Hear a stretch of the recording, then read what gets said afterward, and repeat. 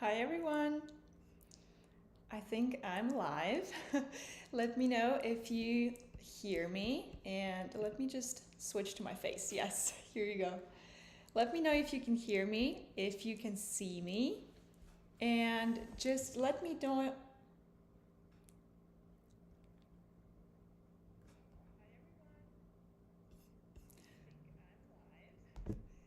Okay, I had a moment of doubt. I was thinking if I'm live or not, but I think it's all good. So, yes, let me know if you hear me, if you see me, and let me know where are you joining from. I'm in Italy. That's where I live. And I'm very curious to know where are you from? Where are you joining from? So, please let me know that in the comments so I can first of all know that you see me and you hear me, and then I will be curious to know where you are. So, in the meanwhile, while we're waiting for other people to join, I will introduce real quick what it's all about today. So, today I will be talking about 10 income streams for artists. So, it's my personal 10 streams, income streams that I've been using in my creative business. So, today I wanted to share that with you. And let me just check your comments real quick. Hi, ciao from Spain but Italian, amazing. Corey, I hear you well. Great, Corey, I'm so glad. Nehal, yes, I can see you and hear you, Anastasia. I'm Nehal. Hi, Nehal, so great to see you here. Joining from India, amazing. Hi from Austin, Texas, amazing. Corina, hello. Hi, thank you so much. Hi from Argentina, wow, amazing. It's lovely to see you all here. Thank you so much for joining. So, yes, so I think I will start. So, let me just switch to my screen, to my presentation. Give me just a second. Oops. Okay. So, I will quickly explain what I will be talking about here today. So, I will quickly introduce myself just in case you don't know me. And then we will pass directly to the 10 income streams for artists. So I will break each one down and I will talk about the advantages and the downsides of each one so that you can have like a better understanding of what is available there for artists and what to choose for yourself. After that, I will give you 3 tips on how to sell your art more effectively and effortlessly. So, this is something that is not that obvious, so I think you will really enjoy these 3 tips. And after that, actually, this today's webinar is very in line with the 6th module of my new course that is called Make Art with Confidence. If you've heard about it, that will be starting in April. So today, as I announced, I will be announcing the 4 experts, the 4 guest experts that will be involved in the module 6. So I'm so excited to present these wonderful people to you. And just to talk a bit more about the course in general, about the program, answer any questions, and of course, there will be a super offer at the end. There will be a surprise actually that will not be available for anyone else, so for the general public. So make sure to stick with me till the end. And of course, at the end, I will answer all of your questions about the income streams, about the course, or anything. Just feel free to ask me anything you want. So I will check your comments again. Kansas City, Missouri, amazing. We're very international here as usual. So let's dive in. I'm Anastasia. In case you don't know me, I'm an artist, children's book illustrator, surface pattern designer, and educator. I'm originally from Russia, but I live in Italy currently, in the south of Italy. And as for my experience, I wanted to introduce a little bit myself, what I've done. So I have a classical art studies background. So I've studied in the Fine Arts Academy in Russia. After that, I moved abroad. So it was about 10 years ago, actually, already, Time flies so fast. I moved to Paris, France, where I got my master's degree in contemporary art management. So I switched my focus from creativity to more of the business side of things. That's why my course is actually the mix of both. So after that, I decided to move to Italy with my husband because my husband is Italian. And that's where my self-teaching journey has started. So I spent a lot of time learning botanical painting and nature-related painting in general, because that's what I do. And I was working in art galleries in Europe and the US, both when I was in Paris and even after moving here to Italy. I'm still in contact with the art world, I would say, remotely. And especially I was involved in selling art during contemporary art fairs in Europe, in South America, and in the US. I illustrated books for kids and adults. So my first two books are out this year, and I have one more in program for the end of this year and for the next year. So I will be showing that to you really soon in my stories, in my Instagram, on the YouTube, everywhere. So stay tuned. And I worked with international clients as artists, and with brands. So that will be one of the topics we will be talking about today. So brand collaboration, things like this. And I've launched my brand Natura Illustrata, which is the name of my project, and creative business. So that's a little bit about myself. So now let's dive into the 10 income streams for artists. So that will help you to create active income. So active income is something that you're actually actively working on and you get paid for, but also as passive income. So passive income is something you're doing once and then you just get paid to the same work over and over again without doing any additional work or any few additional adjustments to your work. So first thing, I think a lot of artists are very interested into this first one. So selling on Etsy. That's how I personally started my creative journey. When I was starting out, I think it was a very easy way to start to have profit from my creativity, from my art. So that's why I wanted to start from Etsy. So in case you don't know, Etsy is an e-commerce company focused on handmade goods, vintage items, craft supplies, and artworks. So it's a pretty big marketplace with different categories, different products such as jewelry, bags, clothing, home decor, stationery, a lot of things. From one point of view, it's good, but I will also talk about a little bit of the downside of this thing too. So what you can sell as in terms of art, we're talking about art here. So as an artist, you can sell original paintings, you can sell prints, you can sell physical products such as stickers or mugs or any kind of products with your artworks on it.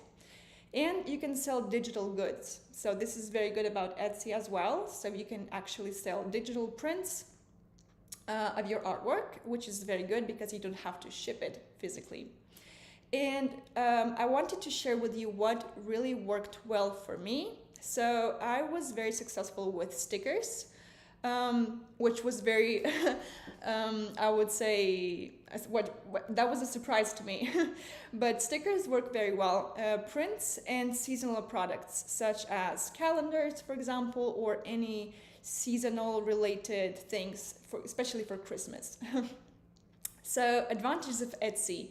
Exposure. So because it's a marketplace, there are a lot of opportunities to get discovered, and you can pop out in the search. So Etsy has its own search tool, so which works very well. So if a person types, for example, botanical print with roses or something like this, it's very likely that you can pop out in the research if you put tags accordingly and titles and everything like that. So exposure is a very good thing. Zero investment. So you don't need to build your website, or so you don't need to spend a lot of money to start running on Etsy. It's just enough to put a couple of products there, maybe a few prints, a few originals, and see from there how it works. So it's easy to set up. As I said, it's very a matter of hours, I would say, like if you start from start to finish. So it's pretty easy, pretty straightforward. And there is a chance to test your designs and products. So what I mean by that, maybe you want to open your own web shop, or maybe you're thinking about ordering a big quantity of prints because it's cheaper. So Etsy is a nice way of testing your designs. So putting it out there and seeing the reaction of people, how they react to different artworks. You will see that maybe one particular design is selling very well and others are like so-so. So this way, you know, like you should invest in that design. So that's why Etsy is very good in the beginning. As for the downsides, so I have to admit there is a big competition. So it's a marketplace, and from one point of view it's good, but the downside is that the concurrence is very high and it's not that easy to get noticed. So you need to invest some money in promotion if you really want to boost your Etsy, or just you need to understand what works best for you. So it's not that obvious, you know, to stand out from the crowd on Etsy. It's time consuming. So in terms of taking good pictures for your products, writing proper descriptions, writing all the keywords to pop up in the search. So it all takes time. So if you really want to use Etsy on its maximum, you kind of need to spend a little bit of time on the platform and understand how it works. The return in terms of income is not that instant. That's one more thing. So by my experience, I waited quite a bit to get my first sale. Maybe it's not the case of all the people. I don't know, but my experience is that it took some time to make the ball rolling and start to see consistent sales. And one more thing is shipping. So I have to admit that was a huge thing for me. And in some cases, shipping can really become a problem. So depending on how you start your shop in the beginning, so it really depends on you need to think about the shipping first, about packaging. You need to have everything ready before you start selling. So this is another downside, I would say. So that's Etsy. Secondly, we have online galleries. So by online galleries, I mean we have some galleries that are open only for galleries, so for physical galleries. So such as Artsy, Artspare, or ArtNet. So these are not available to individual artists, to independent artists. But there are galleries that are available for artists, such as Saatchi Art or Artfinder. So the good thing about galleries is it's not the same thing as Etsy. So if Etsy is more seen as a craft thing, so illustration thing, like things like this, so the online galleries, in the online gallery you have the chance to position yourself more as an artist, and you can set prices on your art higher than on Etsy. So because people go there, collectors go there especially for art, and usually the price for artwork is higher than a price for a craft item. So that's why if you want to, you don't have to, but if you want to position yourself as an artist, I think it's wise to search for galleries, for to choose a gallery. For example, Saatchi Art is very easy to set up, and you can start to build your reputation there. As for the advantages, so reputation, just like I said, so you are giving the tone to what you're doing. You're already telling to the world, I'm an artist, that's where I am, these are my prices. So it's kind of sets already the idea of who you are. And in some cases, you don't even need to think about shipping. That's a very good thing. So, for example, some online galleries will organize everything for you. So you have a sale, and all you need to do is to package your artwork, and then the gallery will provide you with the shipping. So someone will come to your home and will pick the artwork and ship it to the client. So it's very good because you don't need to handle this thing, especially with the artworks, because sometimes, you don't have to think about insurance or like if the work gets damaged, so because the gallery thinks about it.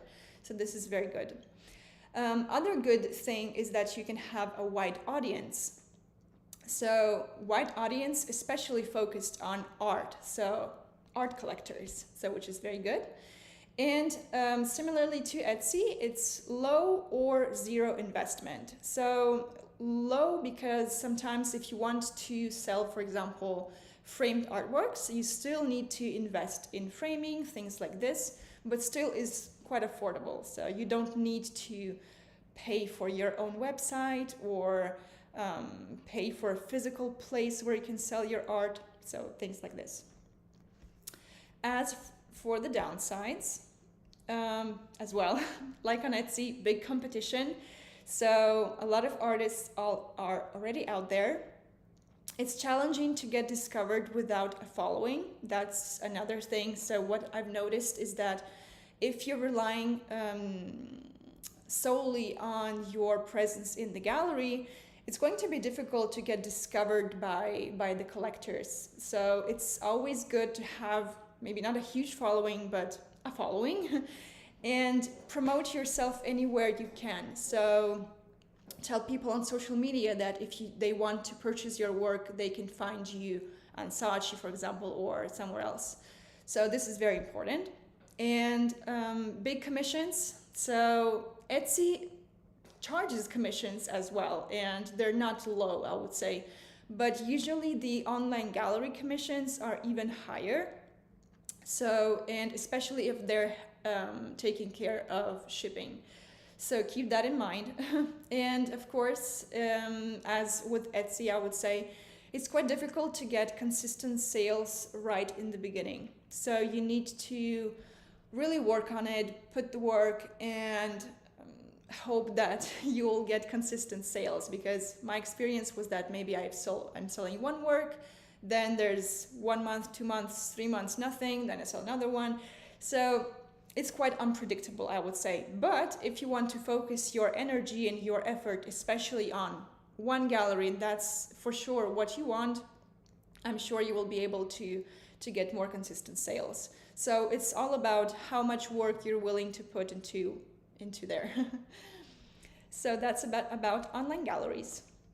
We also have physical galleries, so that's number 3. Physical galleries can be big, can be small. There are huge international galleries out there. There are small galleries. So depending on what kind of market you're searching for as well. So if you want to sell locally, if you want to promote yourself for the local community, or if you want to go internationally. So this is something you can think about. And so the galleries function differently. So some will ask you for a fee or for a percentage to be exhibit, but others don't. So usually the high-level galleries don't ask their artists for any kind of fees, so they are taking care of their artists, but it's much more difficult to get in these galleries. So this is the downside. So, but first, advantages. So it's very good for your CV. So of course, if you found a gallery, it's prestigious, so you can already put it in your CV, and other galleries will know that, okay, this artist already has the experience of exhibiting and working with galleries. And this is something that will always work in your favor. So probably the most difficult thing will be to find this first gallery, but once you do it, the next steps will be easier, definitely. Secondly, so network and connections.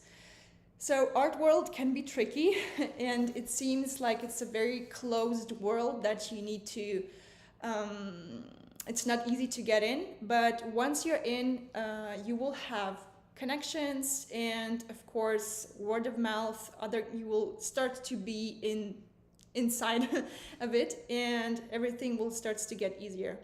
And of course reputation. So being exhibited in a gallery, being represented in a gallery is prestigious, and we're coming to the CV here again, so it's a good point in your CV. As for the downsides, as I already mentioned, it's quite difficult to get in. So by experience, because I worked both with galleries as an artist, but I also worked in art galleries. I was a gallery manager. I worked with galleries during art fairs. So I have this privilege, if I may say, of knowing this having this double-edged vision, both from the artist's perspective and from the gallery's perspective. So galleries are very, I would say, picky in terms of new artists. So of course, new artists are attractive because maybe the prices are still lower, and if you discover a new artist, you can build a relationship with him and grow together with the artist. But at the same time, galleries are very careful because it's an investment of investing their time and money and effort into a new artist. So that's why they really want to make sure that the artist will sell, that the artist is a reliable person, that he's not only maybe a good artist, but that he will also be accountable and will give like artist statements or good pictures of his work. So things like this. Other thing, very important thing, is that gallery gets 50% of the sales. So if you sell in the gallery, if you sell during an art fair that the gallery brings you to, so you need to give 50% to the gallery, which is very fair because galleries have a lot of costs and they promote you, they invest in you, so it's 50-50. One more thing is that if you're selling through a gallery, you don't have a direct relationship with your collectors. So it's not that black or white, I would say. So of course you will probably get introduced to your collectors and everything, but you cannot sell anymore to your collectors directly because you have the obligations towards the gallery. So you cannot sell through the gallery during an opening and then take a direct contact of a client and sell them other artworks, like hiding this thing from the gallerist, so that's not how it works. So if you're working with the gallery, all your clients need to pass through the gallery. And of course, if gallery has its own clients, and they will be selling directly to their clients. So some clients will not even talk to you, they will talk directly to the gallerist. So this is one thing. So if you want to choose to change a gallery one day, so probably you will not be able to bring all of these clients with you and like keep selling your art to them, because a lot of clients are more attached to the gallery than to an artist. So it depends, but it exists, so that you know. Other thing related to galleries as well are art fairs. So this is number 4. And here we have different kinds of art fairs of different levels, different prestige levels. So we have, like I would say, A, B, C serious fairs. So the A fairs are very expensive. I think as a beginner artist, there is like no way you can get there. So I think this is something you can hope for when you're like more advanced in your career, but in the beginning of your career, I think it's much wiser to look for B serious fairs, I would say, and C. So smaller fairs. And some fairs are gallery-only fairs. So as an artist, you cannot apply to participate in this fair. And these are usually the best fairs and also the most expensive ones. And there are, though, fairs open to individual artists as well, to independent artists. These fairs are usually cheaper, And I think it's a good start for the beginning. If you want to try if it's something that works for you or not. As advantages, you have, again, good for your CV. So just like working with the gallery, if you have in your CV that you did this fair, especially if that's important fairs, it really like levels up your reputation. Again, network and connections. So art fair is an event when where you will be meeting a lot of people, you will be talking a lot, you will be presenting your work, and or the gallery will do it for you. So it's a very nice opportunity to meet other artists, other gallerists, collectors, so all the different I would say people from the art world. So it's very nice. And you have more chances, I think, to sell during the fair than in a physical gallery. So of course an opening for a gallery is very important, so a lot of sales happen during the opening, but the other days in physical galleries are not that busy usually, so it really depends.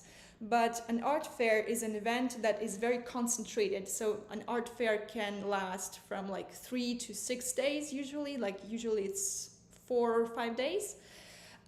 And that's really where people come to buy and to sell. So it's everybody knows why they are there, and that's where people really want to buy art. The downsides, I would say, so most of the time you need a gallery to participate in a fair, as I said, especially in a good fair. So it's kind of a second step. So you find a gallery first, and then you hope or you consciously search for a gallery that you know are making art fairs, that is active during the fairs. And that's a really important thing, I think. If you want to look for a gallery and you're looking for like more exposure, study, like make your research if they do fairs or not. Secondly, if you apply as a single artist to some of these fairs, usually the costs are high. So there is an investment there. Of course, everything depends on the level of the fair, on your location, if you need to traveling to the fair or not, if you need to bring your artworks, ship them there or not.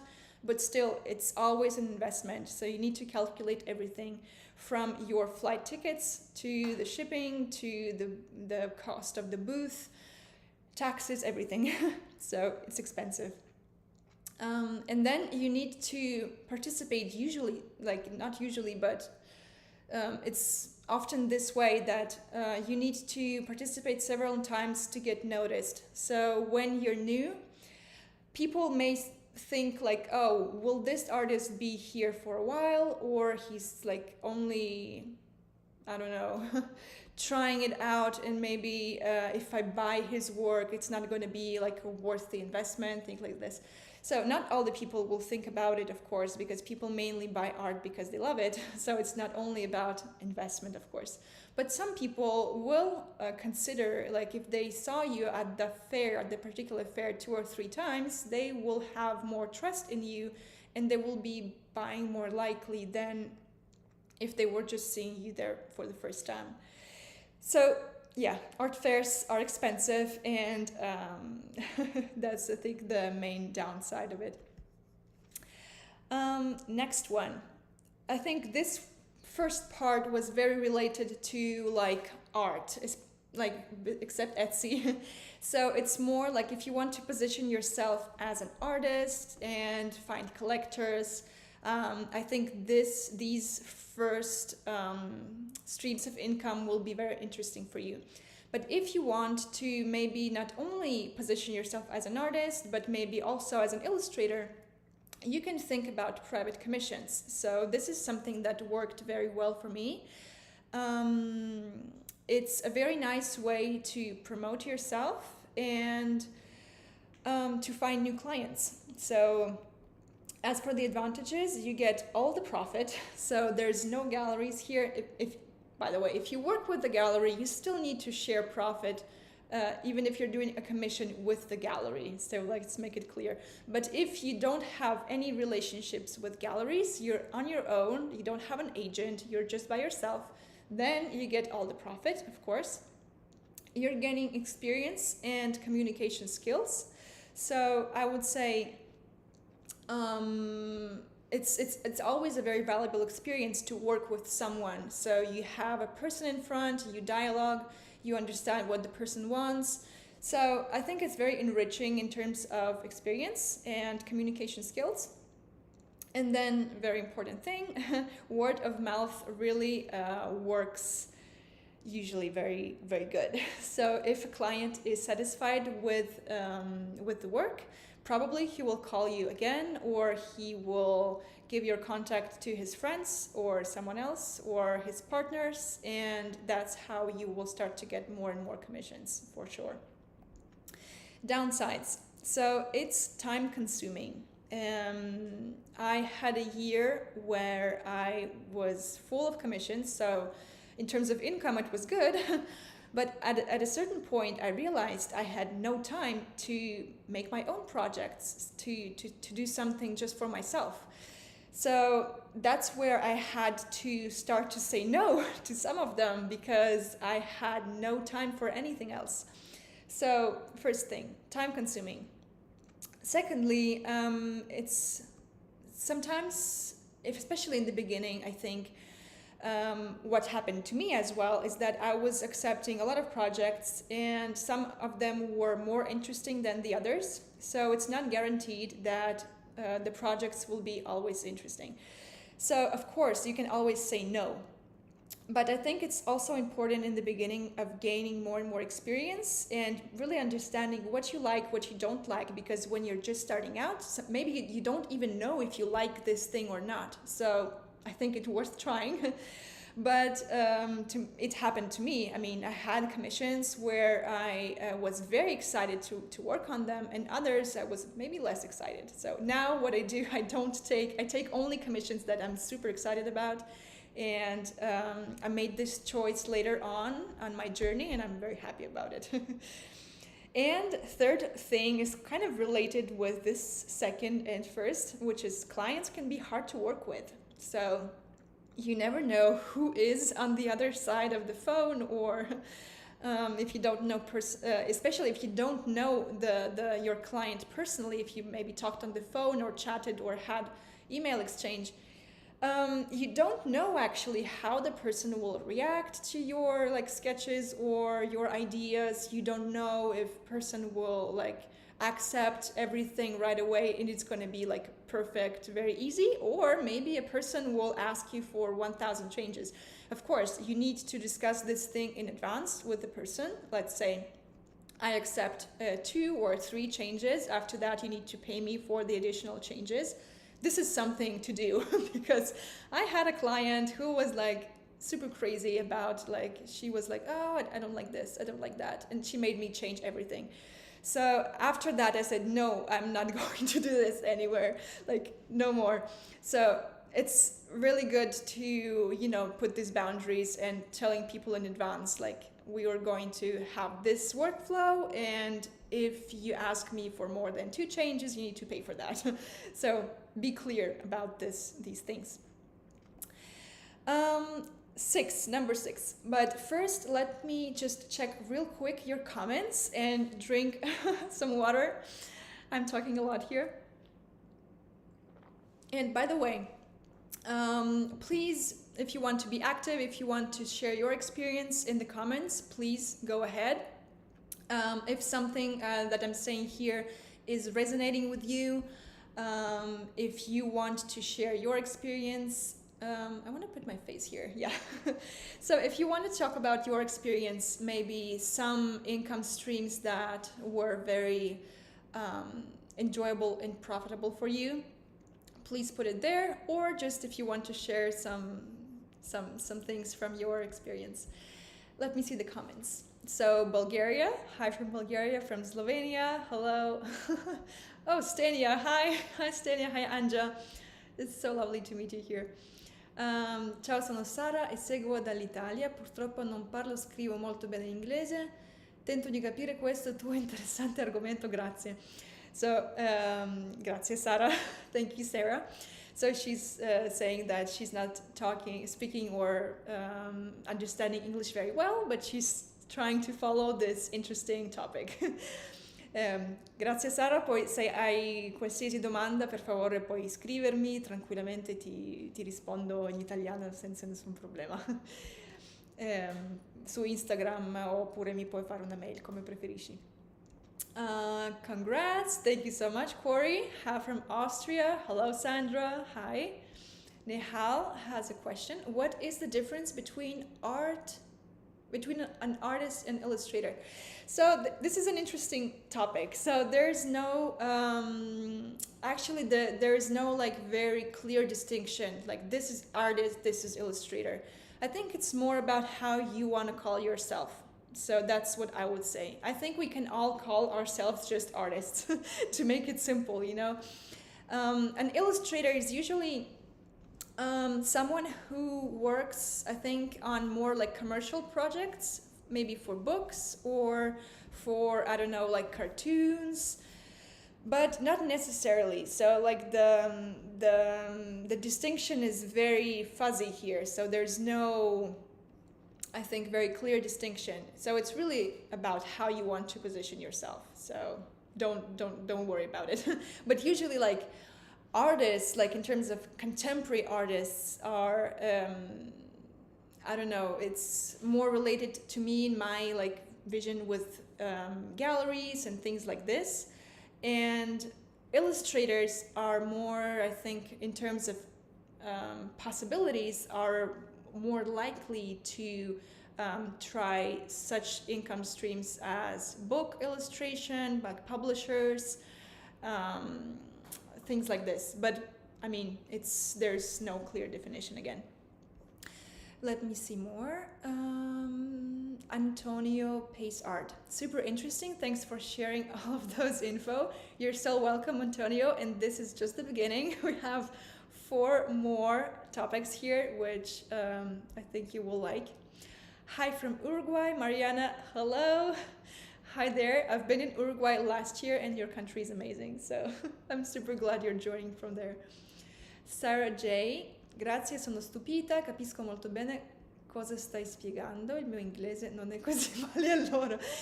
Yes, if you understand, your English is good. I mean, I'm not mother tongue, so my English is pretty basic, so I hope you will understand everything.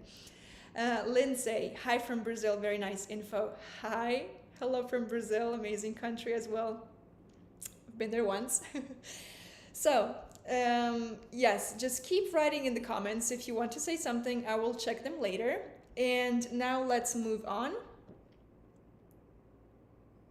So, local markets.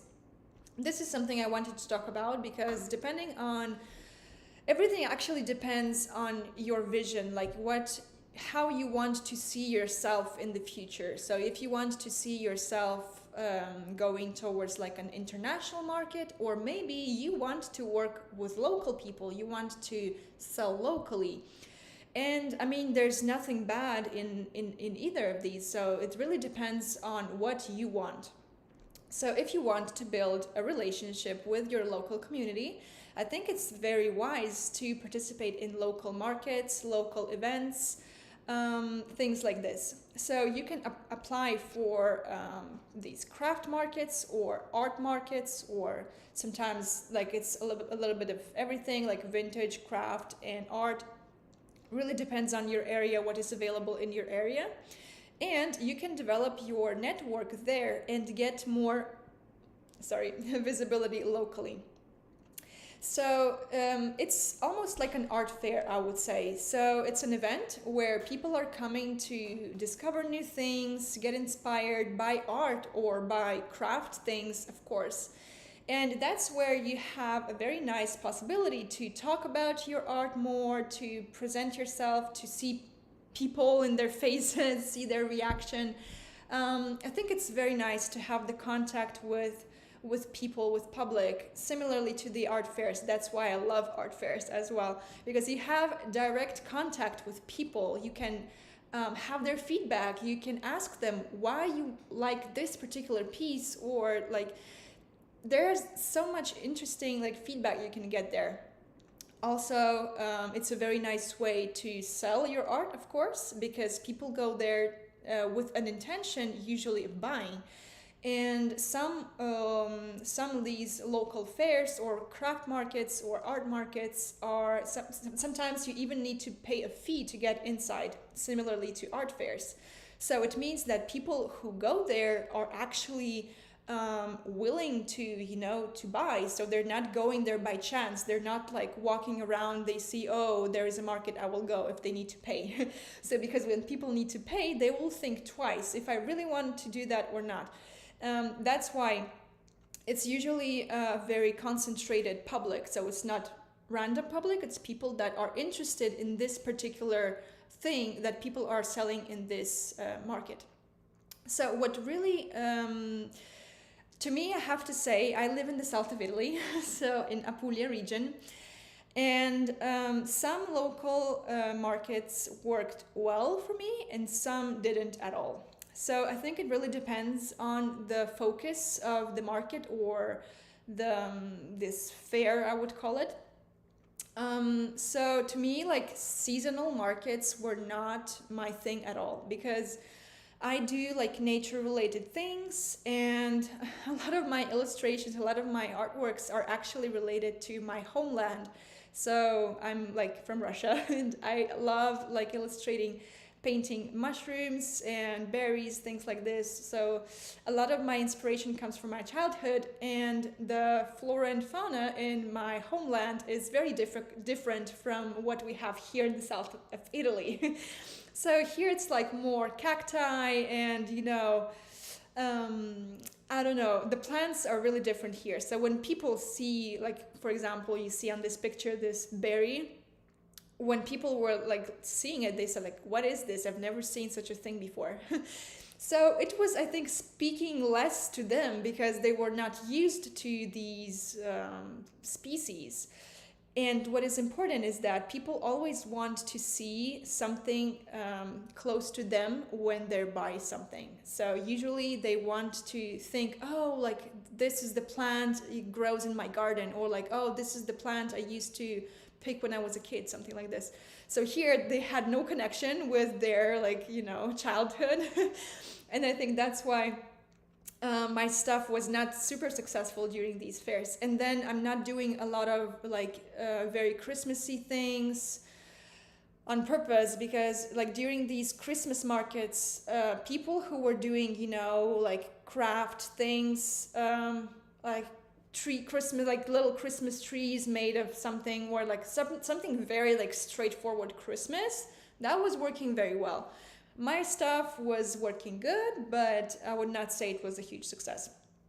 But once I had quite a successful market, which was interesting, because that's when I started to think, okay, the focus of the market is very important. So it was focused on nature and on gardening.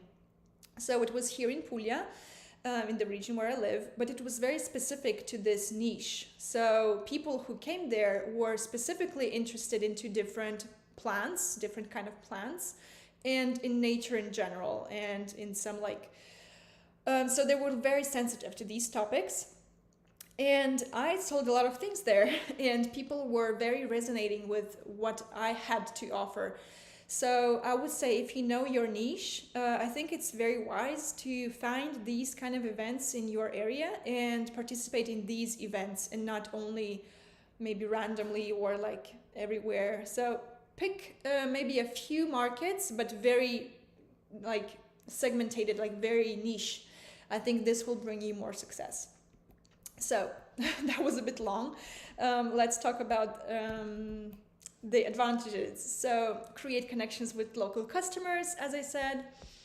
Give me just a second. I realized that you don't see my face now. Give me a second. Okay. So create connections with your customers. And one more good thing is that not only customers can actually take your business card, commission you artworks, but sometimes also companies or owners of companies, big or small, are visiting these events too.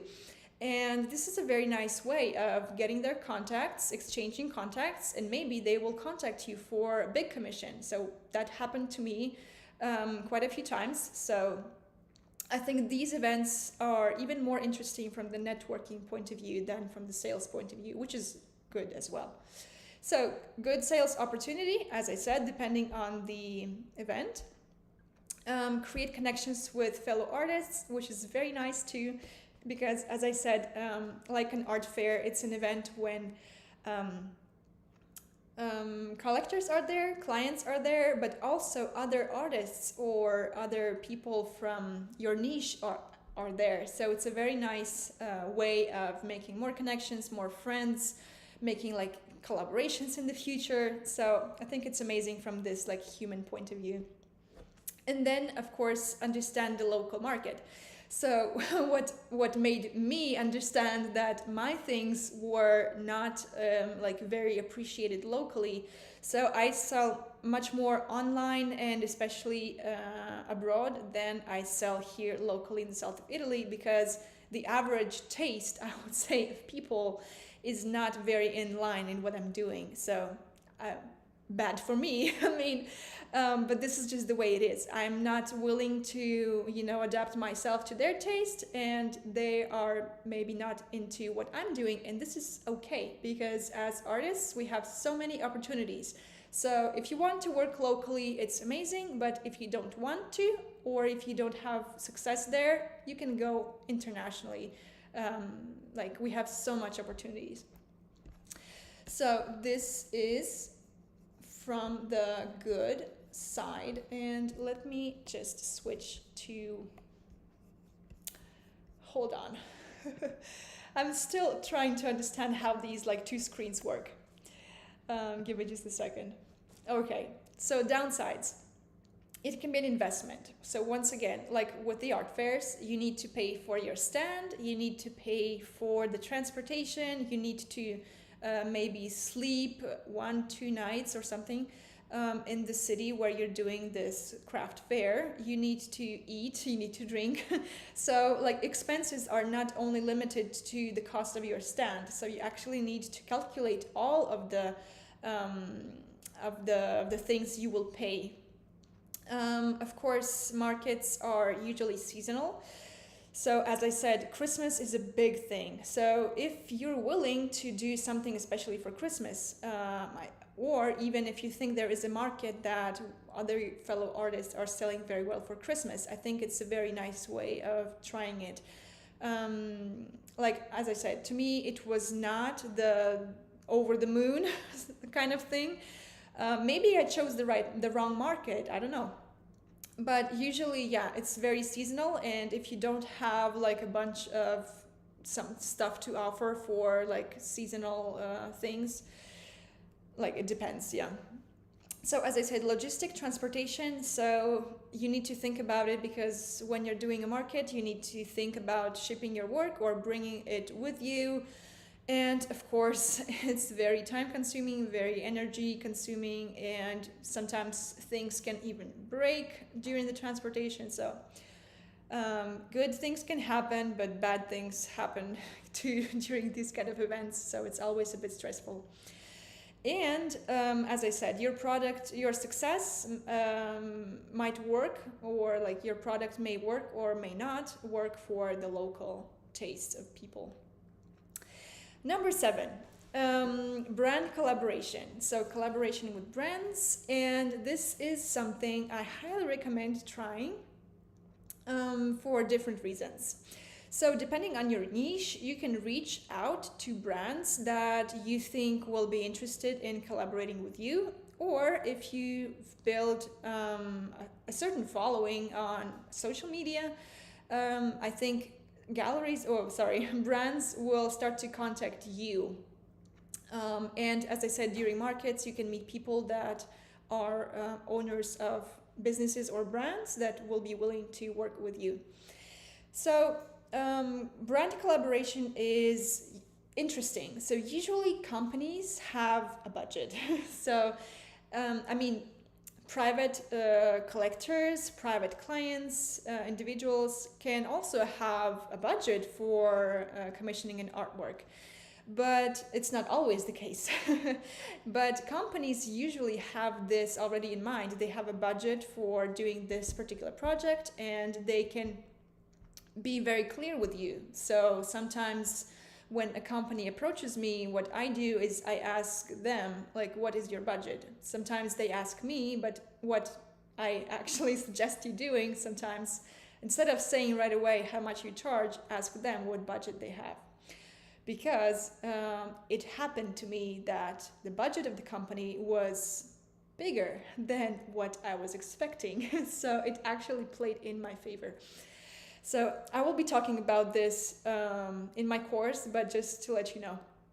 Then exposure. So a brand is not only an individual person. So a brand usually has social media or a website or like other ways to communicate with the world. So they will likely talk about this collaboration. So it's a very nice way of making people talk about you, and it's very good if a brand will mention you, that you made a collaboration, and it will really be a good advantage for your reputation and for your success or your future success.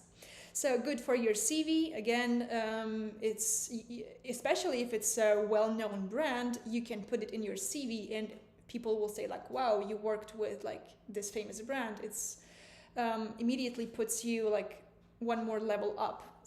Same thing as with galleries. Like if you worked with a good gallery, famous gallery, it's immediately like one more point to your reputation. And one more thing is that collaboration with brands can become a long-term collaboration.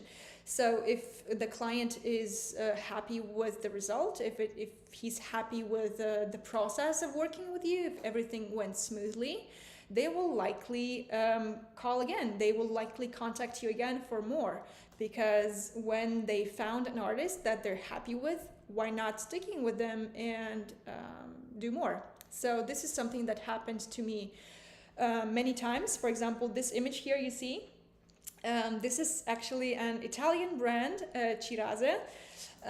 This is a brand that creates jewelry and like accessories. And I'm making patterns for this brand for over 3 or 4 years already. So I'm working with usually twice a year with them on summer collection and on winter collection.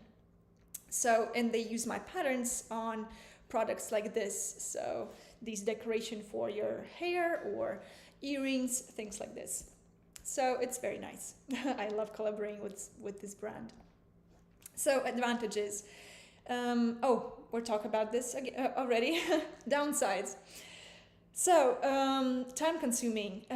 I would say it's the same as with private clients. So you need to satisfy your client. You need to talk together. Sometimes client is not happy and you need to make him happy. So there's a lot of work, mental work and physical work that goes into satisfying your client. Again, not all the projects may be super interesting. So again, you're not, nobody's forcing you to accept all the projects, but it's not that automatic that the brand will reach out to you and offer you this perfect thing you're dreaming to work on. Maybe they will offer you something like good, but like you wish you were working on something else. So I mean, it really depends. And some brands can really be hard to work with. So again, it's like with clients, you never know who is out there, and especially brand sometimes is more than one person.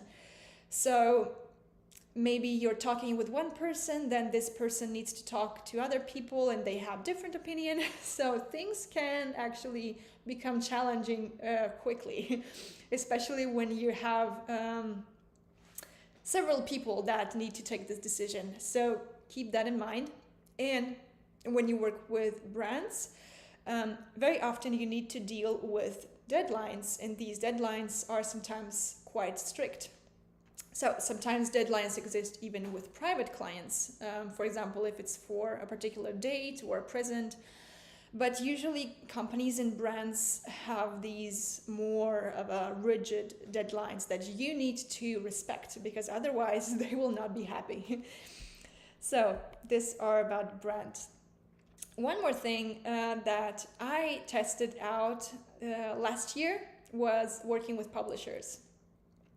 So if you've always dreamed of seeing your art on illustrated in a book, published in a book, you can find a publisher, or you can even try self-publishing. So I will be explaining this topic a bit more in my course, but just real quick, a publisher is someone like a gallerist. So the publisher will pay you a one-time fee, or maybe fee plus royalties, or only royalties. It really depends on the publisher. But the publisher will take care of all the production fees. So you don't need to invest money into printing the books or promoting the books. So the publisher will do it for you. But of course, it really depends on your contract, how much you will be getting for that. If you are willing to invest the money and publish your own book by yourself, this is possible. But of course, we're talking about investing money here. So you need to be ready to pay to see your book printed. So advantages: good for your CV. As I said, if you have a book under your belt, it's already a good reputation. So other clients will know that someone invested in you and decided to publish your work. So it means your work is valuable. Or if you self-published your book, it means that you're serious about your art, that you invested this money to have this book published out there. And this is also good for the reputation. So it means that you are serious about your art. Secondly, exposure and reputation again. So having a book is a very nice way of like spreading your name out there. So it may end up in bookstores or in online stores. People that buy your book will see your name on it, will maybe go and Google you, find you on social media. So it's always good for the exposure. Also, like with brands, it can become a recurrent collaboration. So as I said, if a publisher is happy with working with you, he will very likely call you again, because let's be honest, like publishers, of course, they are interested into working with different artists, but if they found someone who they like really enjoyed working with and the books are selling well, they will come back very likely. So this is very important. And one more thing, it's a very nice passive income. So really depends on your contract again. But most publishers will offer you royalties. So maybe the upfront payment will be not that high, but they will tell you, look, you will get paid a certain amount, a certain percentage of each copy of the book that is being sold.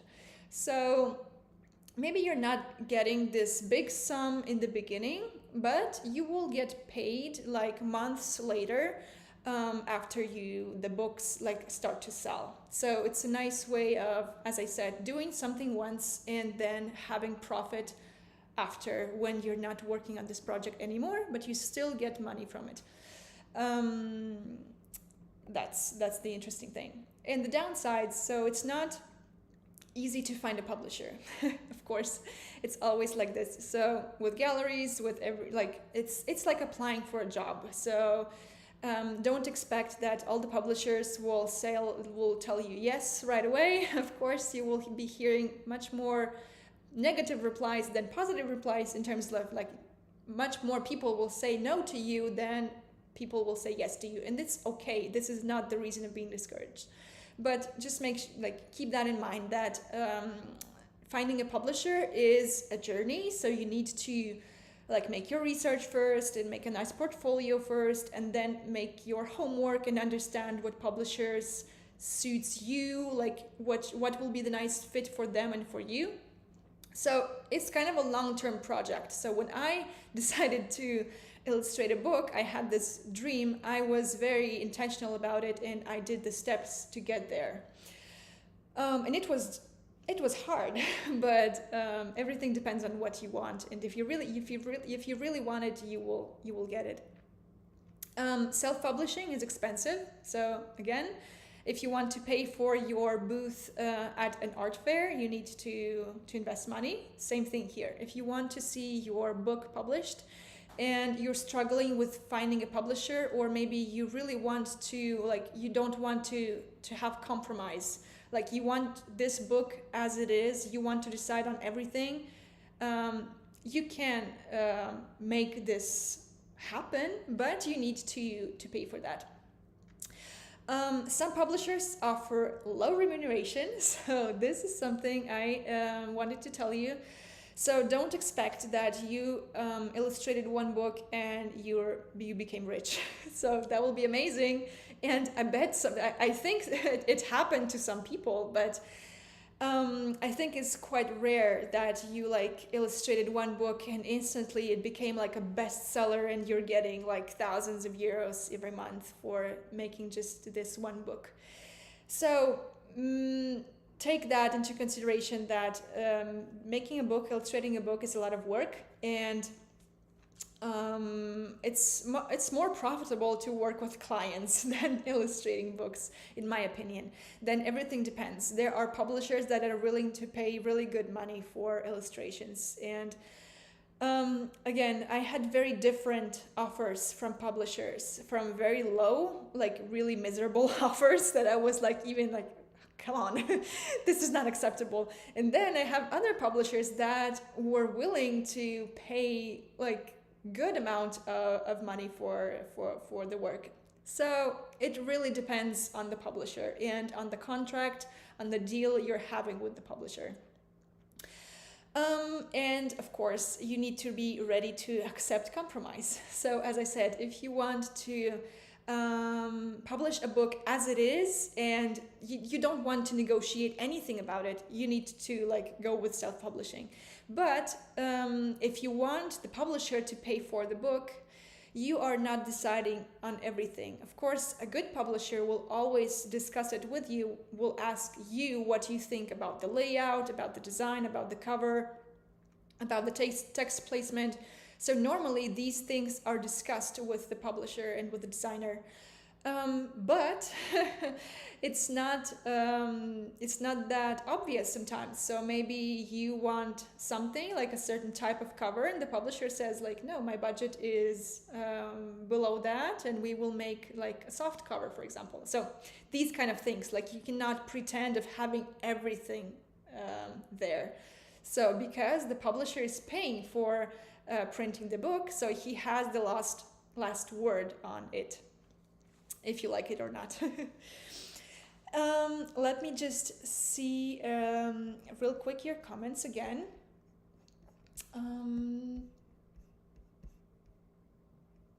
Let me see. Sarah J saying, I sincerely thank you. A very interesting live, and I reflected on points I had never thought about. Thank you.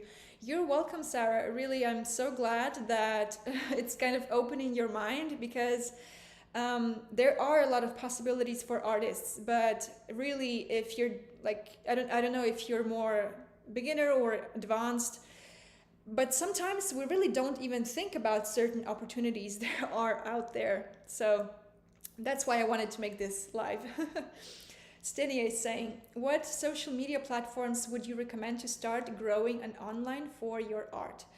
So we will be talking about online in my course in depth, I would say. But to give you a quick answer, I would say Instagram, which is a bit of a disappointment sometimes, because, you know, there are periods where you really invest a lot and you get nothing. And there are times where like you grow like crazy. So I mean, Instagram changed a lot during the last years, but I still think it's a good platform to hang out, especially for artists, because it's very visual.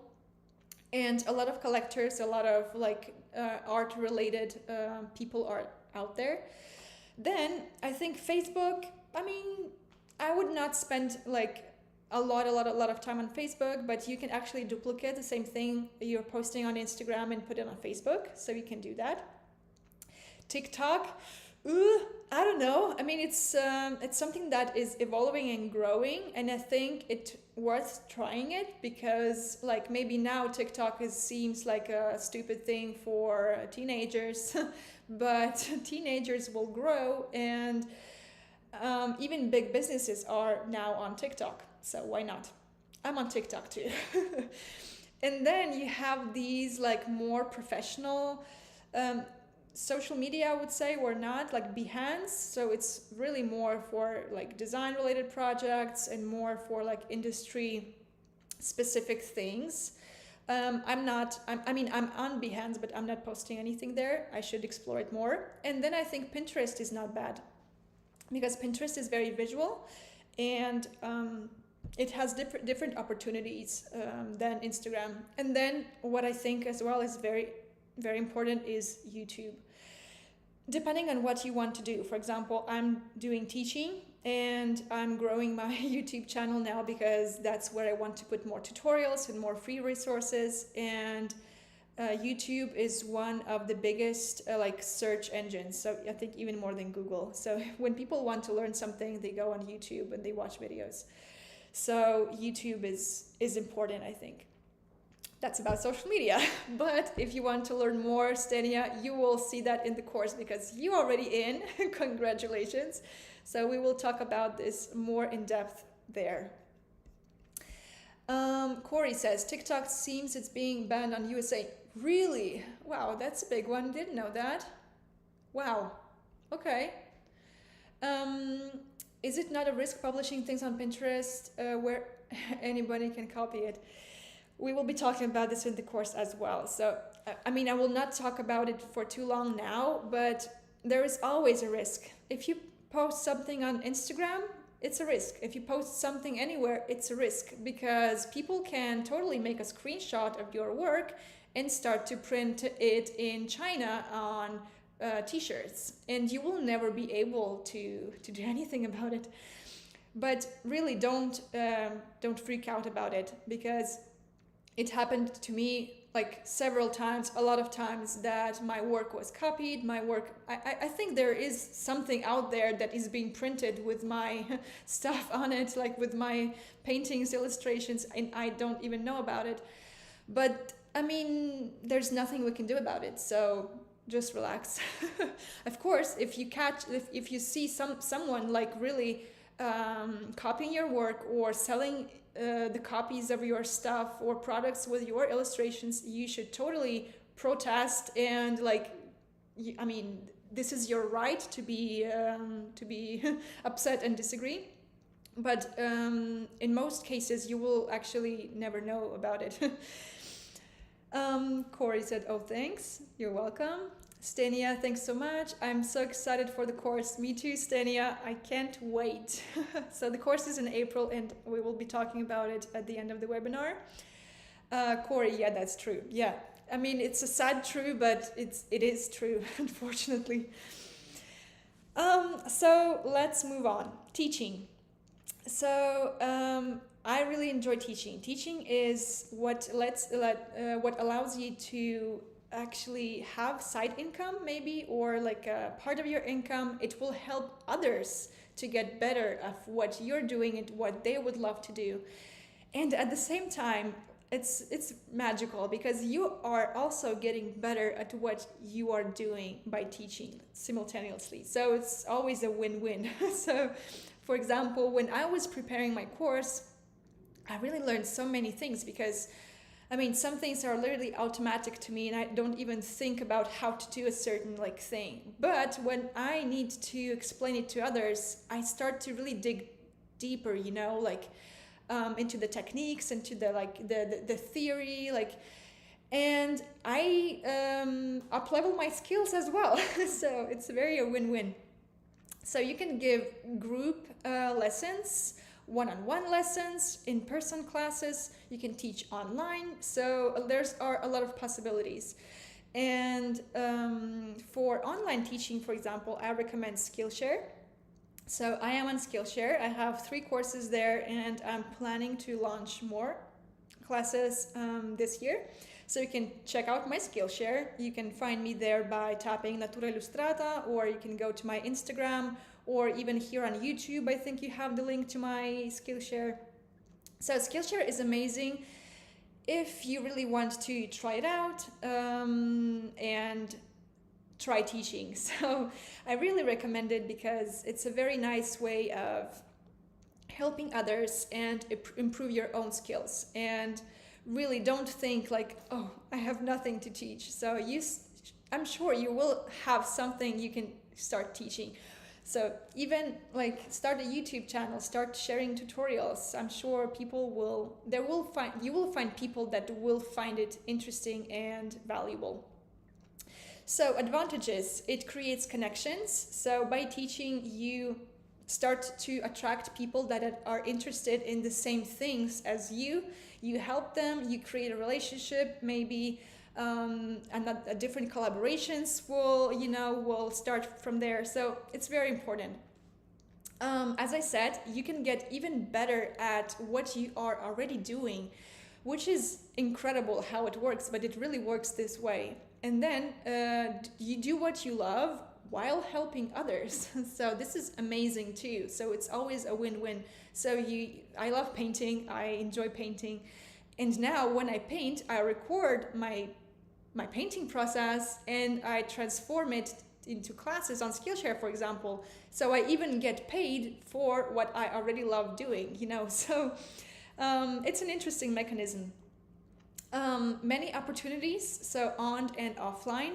So really there is a big demand for educational content, and I think people will never get enough of learning. Even myself, I'm buying courses and classes every year for myself, art related, like business related, watercolor related, like all kind of classes.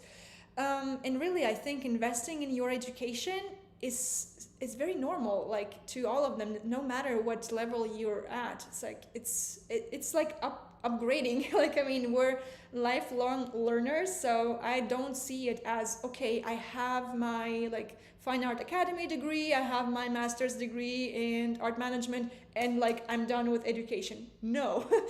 Like I am actually investing in my own education every year. So, and I love it. I've never ever regretted any of the courses or educational programs I've participated in, really, like with all the honesty. All the time I went away from there like with something, or like connections with people, knowledge, like, I mean, it's really important. So a lot of opportunities, as I said, you can teach online, but you can also teach offline for your local community. So reach out to art schools or maybe to art stores. Maybe they do like some kind of classes for local people. And really, it's just really fulfilling, and it creates very nice connection with people. And of course, as I said, passive income. So for online teaching, for example, on Skillshare, because it's kind of the same as with royalties, because on Skillshare you get paid, like you get royalties basically, because Skillshare don't pay you if you put a course out there, but Skillshare pays you when you have minutes watched. So more people watch your course, more students you have, more students are enjoying your course and they're really watching it, more you get paid. So basically you put your course out there once and then you get paid for it forever until Skillshare exists. So this is something to keep in mind as well. Downsides. So of course, time consuming, as usual with everything. We cannot dedicate all of our time to everything, so we need to choose, because teaching is very time consuming and very emotionally consuming, I would say too. But I mean, to me, it's really worth it. It's up to you. If you think you will, it's something you're going to enjoy, you can try and then see from there if you like it. If you want to teach online, especially on Skillshare, you need to learn editing programs. Like for example, I use Adobe Premiere, which is not an easy program. I've started to learn it years ago and it is a difficult program, but there are easier programs out there. or you can hire someone who can edit your videos and like create your courses, but you need to pay them. So tech is one of these things you need to learn if you want to teach online. Of course, it can be scary and intimidating, especially in the beginning. So it's always a bit, vulnerable and stressful to put yourself out there, to talk to people, to yes, I mean, it's always a challenge, but if that's something you really want to go for and if you feel capable, you should definitely try. So first few times will feel very awkward and very stressful, but I promise it gets better with experience. And you need to know the tech side of things for online courses in streaming as well. So this is even a bit more tricky, I think, than Skillshare, because on Skillshare you just do your work and then you put it there and you don't think about it. If you do courses like one-on-one courses or group courses on Zoom, for example, or other online platforms, you really need to have your set like with 2 cameras and sound and like recording. So, I mean, everything is doable, but there is a bit of this learning curve there that you need to have to keep in mind. Number 10, print on demand and online marketplaces. So what is print on demand? I don't know if you know about it. Print on demand, it's a printing technology in which products are made with the company when the company receives an order allowing prints of single or small quantities. So for example, websites like Spoonflower or Society6, when you go to the website, you can see different artists there and different products. And you can see like pillows, like bedwear, I don't know, clothes, accessories, home decor, different products out there. You can purchase them. But what you're purchasing does not really exist yet. So it will be produced, so printed, created, after someone places an order. So this really prevents of creating a lot of like a big stock of products that maybe will be never sold. So that's why it's called print on demand. So when someone asks, it gets printed, which is a very nice, I think, concept. So one of these websites are, as I said, Spoonflower and Spoonflower and Society6 for print-on-demand websites. And then you have online marketplaces where you can sell designs such as illustrations, graphics, mock-ups, fonts, any kind of like creative digital goods. And my favorite websites are Creative Market and Shutterstock. There are also like Freepik or other stock websites. You can also call them like stocks, I think.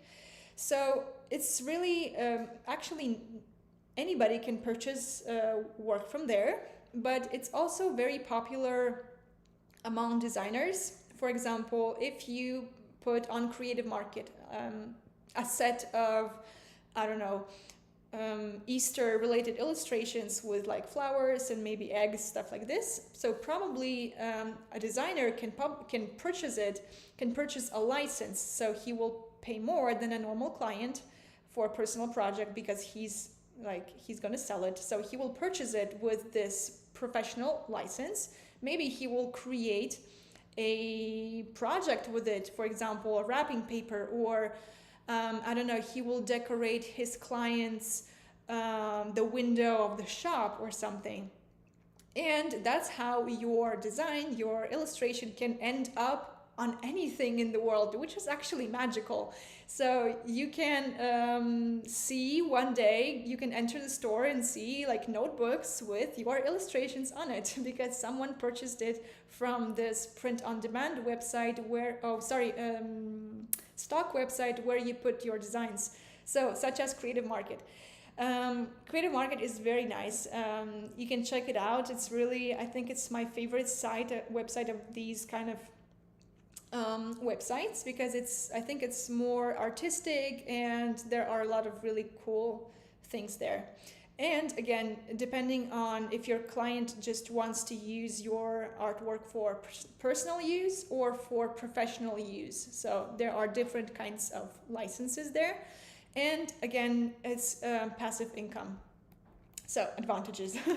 Sell the same illustration or design for an unlimited amount of time and customers. So as I said, you create something once and you can sell it forever to unlimited amount of people or times. So basically, like, sky is the limit. So depending on how successful your design is, you can actually earn a lot of money by selling only this one design. No investment as Etsy, for example, but even less. You don't really need anything to get started and running there. You just create your designs. Of course, you need to know how to edit them, how to present them, write captions, things like this. So it's a bit of a time investment, but you pay nothing for that. And you don't have to think about shipping or things like this because you're selling digital goods. And then passive income, as I said, and exposure. So you can, once people start to notice you on these websites, really the ball starts rolling. And I know artists that are making a very good part of their income with these like stock websites. So it's a very nice opportunity.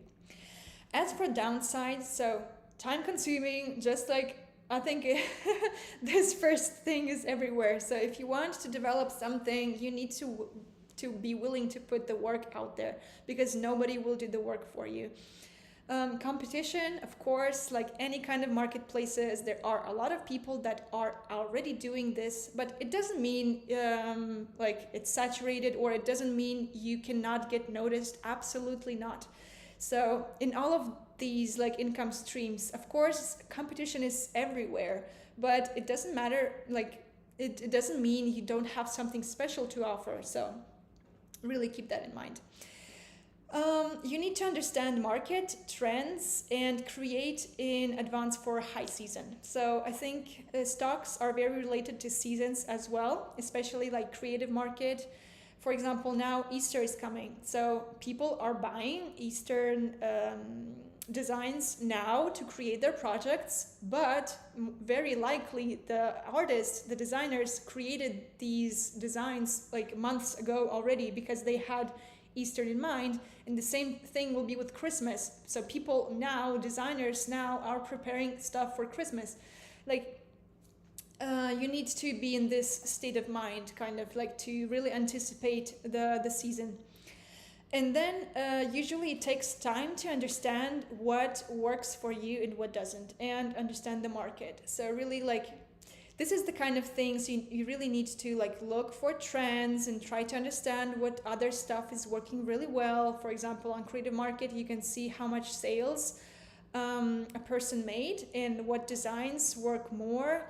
And like, even if you go there and you see like the first results that are popping up, it means these are the highest like popularity results. So even by just going on these websites, you can already have an idea of what is popular, what is trendy, what works, what sells. And you can actually use this in your advantage and offer something, I would not say similar, but interpret this thing like your own way. So this is to keep in mind. So that's it for 10 income streams. I hope you enjoyed it, but this is not it. So now I will really want to share with you these 3 tips on how to sell more effectively and effortlessly, no matter what kind of income streams you choose for yourself, online, offline, anything. So these tips will work for you. But first, let me just check real quick your comments again. Let me see. Mariana says, what has been your experience with the latest Skillshare updates? Oh, that's a hot topic. I've heard some teachers say it has been paying way less and was stopped being profitable for some. So yes, this is the downside of any kind of platforms. So you can sell there, you can put your content out there, but you are never in control of what's going to happen with your profits or with your content, because Skillshare, as you said, changed their their conditions, their payout for teachers. So they changed the entire system of how they were remunerating their teachers. And of course, they will tell you like it's all for your good and you will see it's gonna bring amazing benefits. But the truth is, people usually start to get paid less after these amazing changes. I mean, this is just business because they want to make more money, obviously. So this is the truth. But of course, I think they do it also to like enhance their platform and the experience of people. So I think they have their good reasons for it as well. But personally, I saw it on myself as well. So my profit decreased with the arrival of this new system. But I'm working towards understanding how it works, and then Skillshare is kind of supporting their teachers more now. For example, I was selected for this program, which is called Teach Corps or something. So it means like I'm a part of this group of teachers that were selected by Skillshare, and they're giving us like more tips. And there are some like contests. You can win prizes. You can get noticed. You can get like a lot of these different advantages. So like for example, once my course won in one of these like monthly prizes things, and I got like a little like bonus for this. So I mean, it really depends. So really it's something to try and see how it works for you, because I think there's no rule like it works very bad for everyone or very good for everyone. It's really up to like depends on the teacher and on the situation of everybody. But yeah, this is true what you're saying. Corey says, have you ever tried with Domestika? Do you know how does their recruiting work? As a teacher, I mean. Yes, so Domestika is a big topic as well. Usually Domestika contacts you, but you can also contact Domestika to offer your courses there. And I did it like several years ago when I had like maybe not a big following or something. So they actually never replied to me, to be honest. So I proposed my course idea, but they never replied me. And now I think Domestika is nice. I've purchased several courses on Domestika, and I think it's a good quality courses. The only thing, I don't know how it works in terms of like money remuneration. I know they pay like a fee, like an advanced fee. I don't know how much is it, and I think it depends on your level. Like if you are like super famous artist, they will pay you more. If you're less famous, they will pay you less. And I think it really depends on the country. So a lot of things, but they usually, like I think they always pay for your traveling, and they take care of recording the course and selling the course and everything.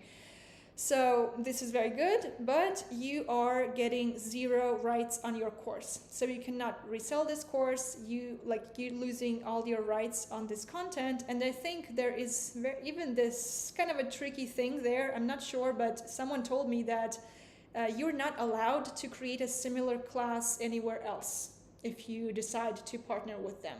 So this is something like you really need to be careful with contracts. And before signing anything, you should fully understand what are you agreeing for sure.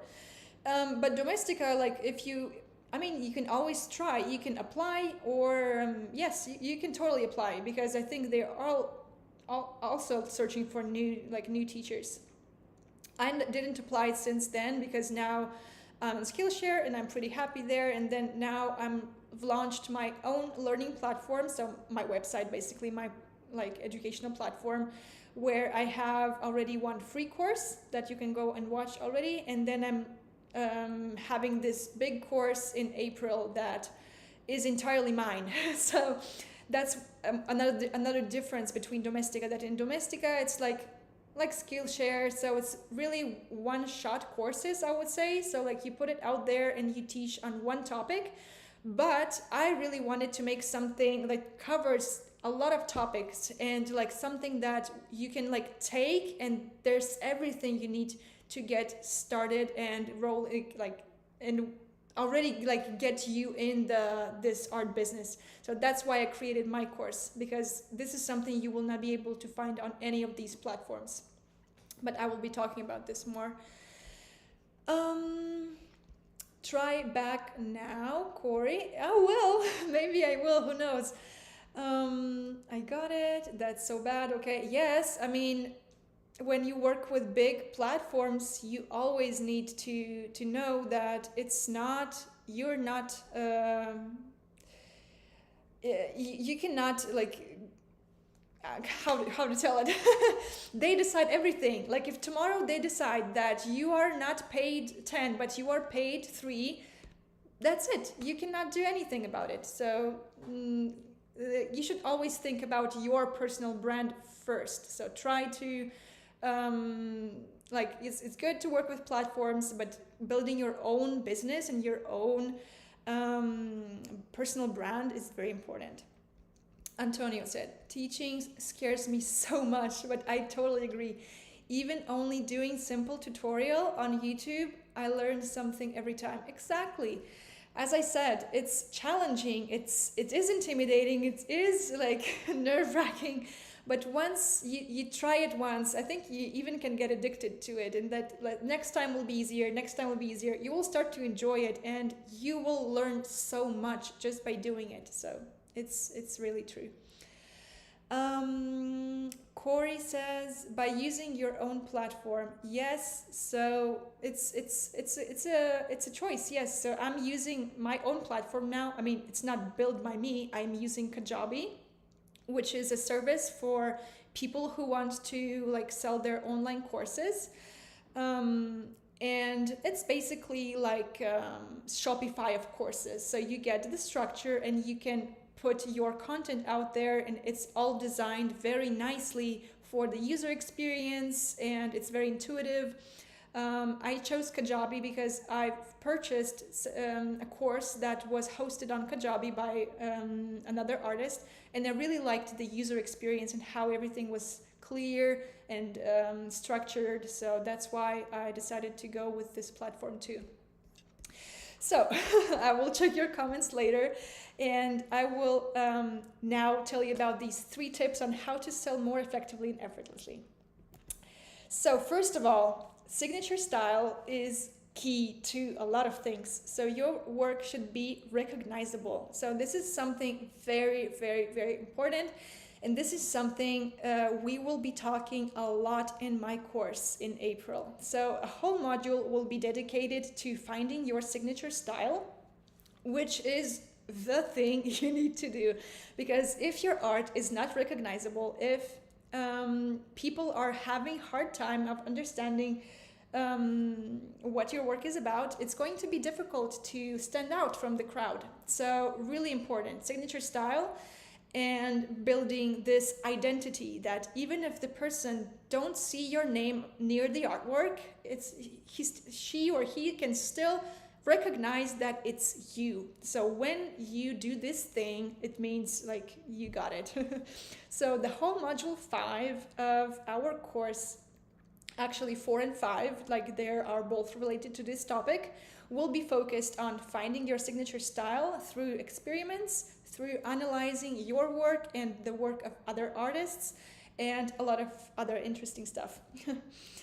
Number 2, your work should be consistent. So this is one more thing I will never get tired of repeating.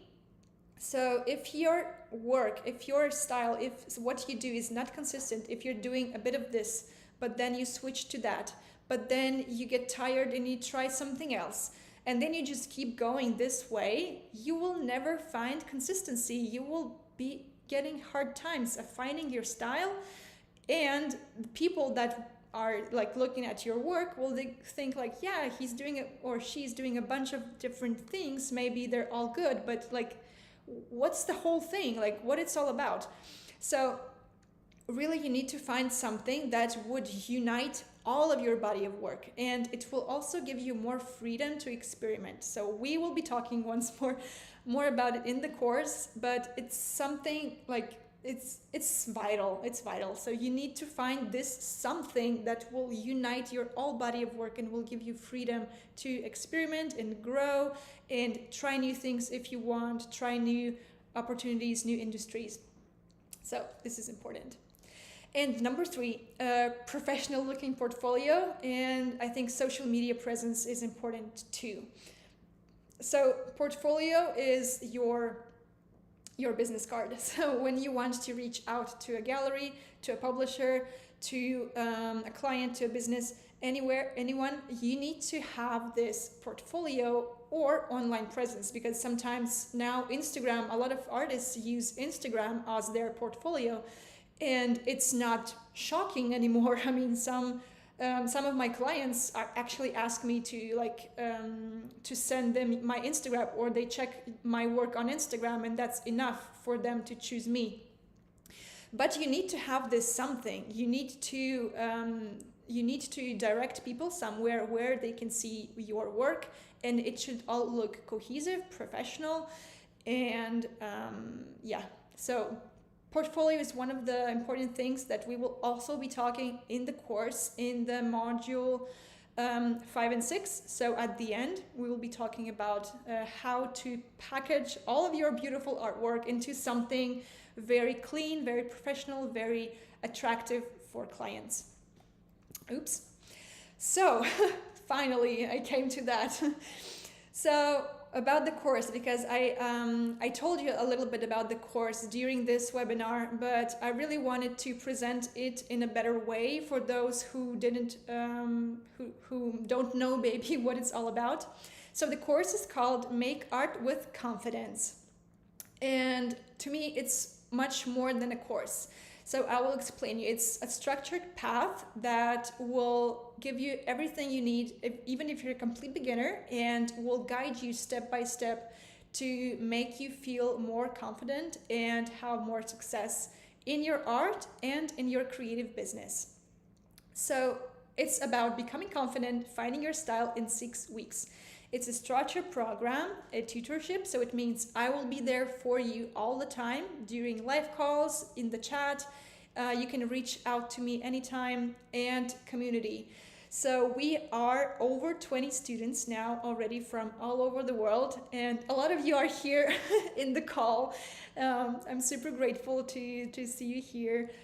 Those who are already enrolled, and it's going to be amazing. So it's very international. There are more than 10 countries already present in the course, so it's going to be amazing. And community is an amazing aspect, because network, connections, friends is something that is priceless. So you cannot have this just by clicking your fingers, So this will be a place where people can really connect and make friendships and make even partnerships for the future. You never know. So the main outputs of the course are getting skills.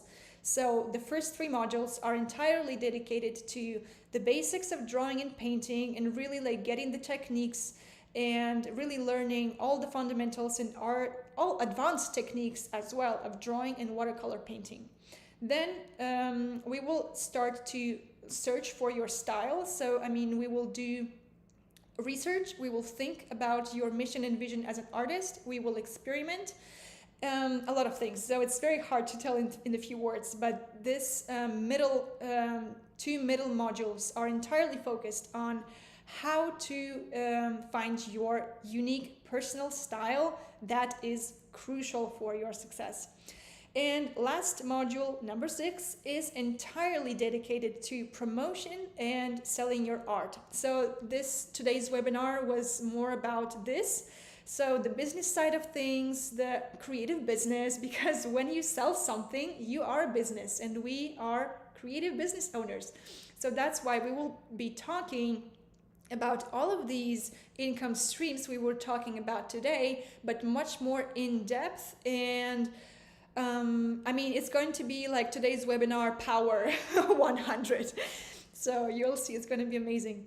So 6 steps: learning the basics, getting the skills, experiment, finding your style, be part of the community, learn how to promote and sell your art, which brings you to finding your style, getting confidence, and getting income, because that's the way it's worked. When you have confidence, you attract more clients and more ideal customers, and it all comes to you naturally and effortlessly. Like that's the way it works. So the program is in 6 weeks. So the first week is fundamentals, then we will be concentrating on botanicals, then animals, creativity, style, and then promoting and selling your art. In terms of practical information, it's 6-week program starting on April 17th. We will have 6 modules. Each week a new module will be unlocked.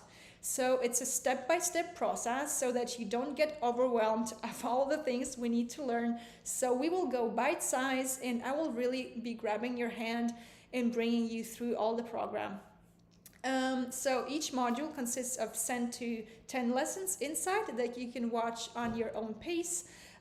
So no stress. So it's going to be more than 12 hours of recorded content and more than 6 hours of live Q&As and live sessions. So once a week we will meet together, and I will be showing you something, maybe a technique that we discussed in the module of the week, or maybe I will be talking about something, or I will be bringing some guest experts so that you can see a different perspective on the art world. So it's going to be amazing. And of course we can exchange, you can ask me questions, everything. So I will be there for you. Of course, you will be able to find new friends and build your network, as I said, because it's going to be a small group of people, and we will all be there on the same page, working on the same goals. And it's going to be just very, very nice being surrounded by these people that are going to the same direction, and making connections on these stages is so important, because you never know what these people will be doing in the future or what you will be doing in the future. So building these connections in the beginning is very important. One more thing I wanted to talk about today are guest experts. So I will be talking about it in just a minute, but this is something I'm super proud of, because I really wanted to give different perspective, not only my opinion on the art world and the income streams, but I wanted to bring other people that will talk about their experience. So I will bring 4 guest experts to this course, to the module number 6 and 5, and it's going to be amazing. There's so much value in what they have to tell you. And of course, I know it's important to someone. I will be giving a certificate at the end of the course, so that you have the proof that you came through the program. So you don't have to figure it out all on your own, and this course will save you years, I promise, because I have more than 10 years of experience under my belt, and if I count the years of experience of my experts, I think we're I don't know, 60 or 100 years there.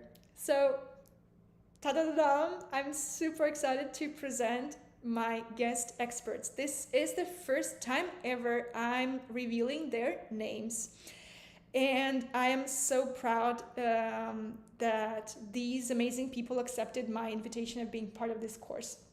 So Yasmin Kosenyans, she's an art dealer, art collector, curator, and artist career coach. So Jasmine is someone I know personally. I've been working with her for 8 years already. So it's crazy. Actually, I had an interview with her yesterday for the course. This was my first guest expert interview, and it's just amazing. There's so much wisdom that she is sharing with us, so you will absolutely love it. And she had her own gallery in the US, in New York, and in Italy and in Switzerland. So she's based in Switzerland. So international gallerist, but she's also an art collector. So she has a collection of her own artworks. So she's a passionate collector, curator, and what is very interesting too, she also helps artists on their creative path. So she's an artist career coach as well. And she also has a course on Skillshare. If you are on Skillshare, you can already go and check her out there.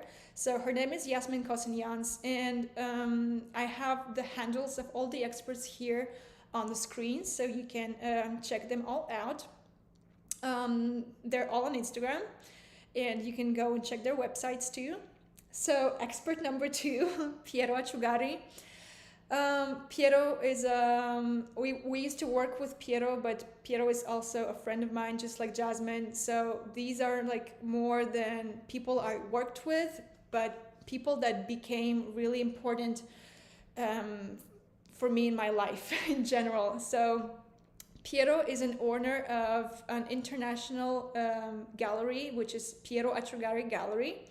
They are based mainly in Miami, so they have a huge space in Miami, over 1,000 square meters. It's amazing. They have a gallery in Uruguay, they have a gallery in Italy, and in Brazil. So Piero is and I mean, it's going to be incredible how much things he will share with us. And he's a gallerist of a very, very high level. And I have been working with him for about 5 years already, and we did so many fairs here in Italy, in Europe, in South America, in Uruguay, and it's just amazing. He works with top artists, and he will really show his wisdom about the art business. So that's going to be amazing. Then we have 2 artists, incredible artists that I admire a lot. So it's Fiona Di Pinto. Her handle is Drawings in the Drawer, and she's an artist, online educator, and top teacher on Etcher Studio. I don't know if you know this educational platform. So Fiona is incredible. She has this very particular style, very recognizable style. So she does these mainly female portraits with watercolor, but she mixes them with natural elements such as botanicals, and it's very expressive as well. So she's going to talk about personal style with us. She will explain us how she came to her style, and she will also talk about the income streams that she found beneficial in her work and that she was having success with. And of course, she will, I think, talk about teaching, because she's also an online educator. And then last but not least, of course, we have Rita Gould.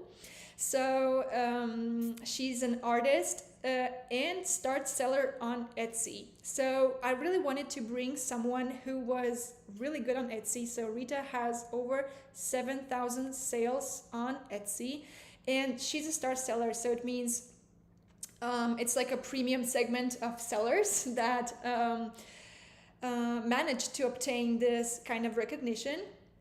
And she will be sharing a lot of that with us. So how to find success on Etsy, and also her other income streams. So it's going to be amazing. And she's creating these wonderful illustrations. You can find her on Instagram.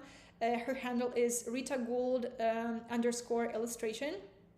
So her style is amazing, and she will also be talking about her style just like Fiona.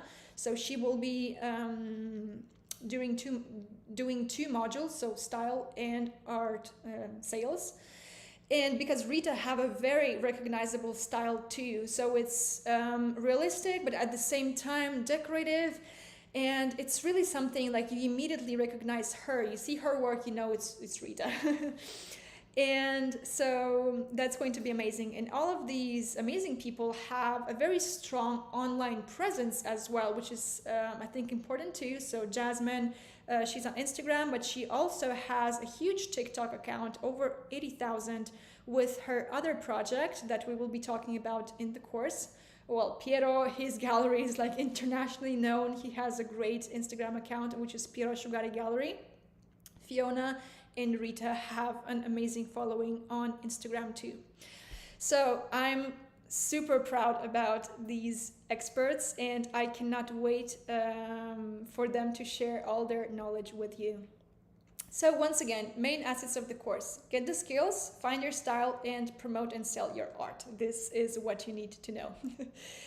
So talking about the practical side of things. So we are now currently, and it's almost over, in the early bird sale that ends on Monday, March 27th. So on Monday. Until then, the price that is reserved for you is 449 euros instead of 649. So 649 will be the full price that is starting from Monday, March 27th. So you have this weekend basically to decide if you think it's a good fit for you, and I promise you will love it. So first of all, you're getting 200 euros off. And there is something special about this edition that will never be available again, and I will be talking about this in just a second, but I'm sure if you're considering to subscribe, like, this is the best time ever, I promise, because this is the first edition of the course. This is the first time I'm offering this course, and I really want these first people to get like the best conditions, the best offer ever, because I really value your time. So first of all, thank you so much for coming to today's webinar, and I really value your trust. So this means a world to me. So that's why this is my way of saying thank you to you who believed in me since the beginning, and I will make sure to do the best experience ever for you during the course, but also to give you the best offer that will ever be available. So as a bonus that is available only to those who attend the webinar, so you guys are lucky.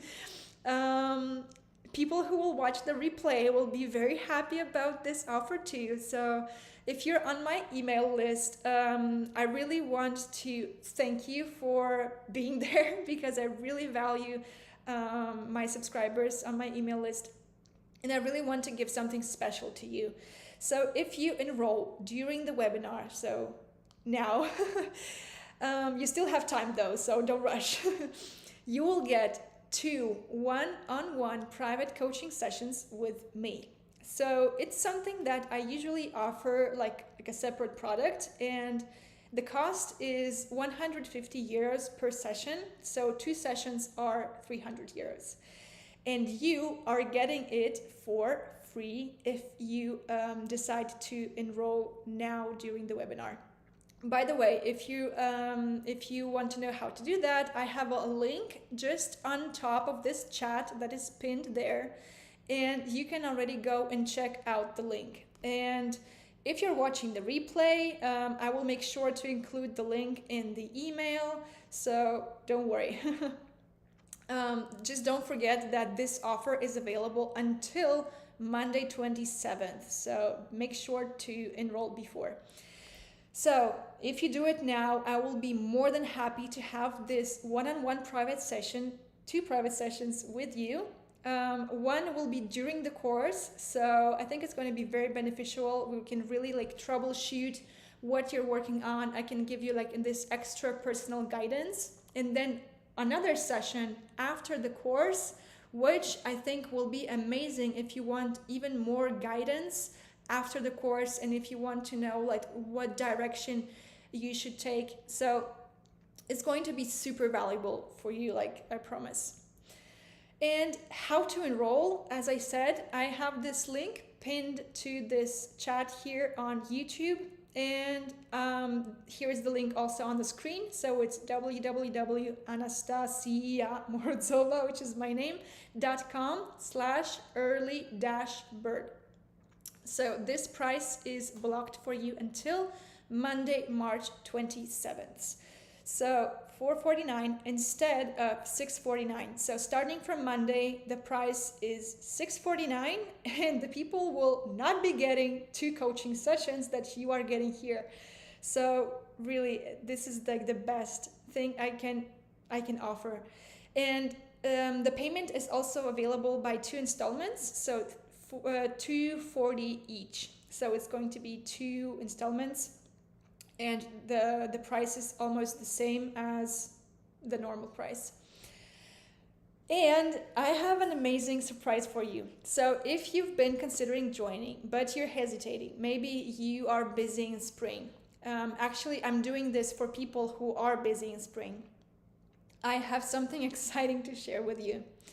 Because first 30 students, and I want to remind you that only 5 spots are left for this, to have this opportunity. So first 30 students will get access to the fall edition of the course for free. So this course will be twice a year.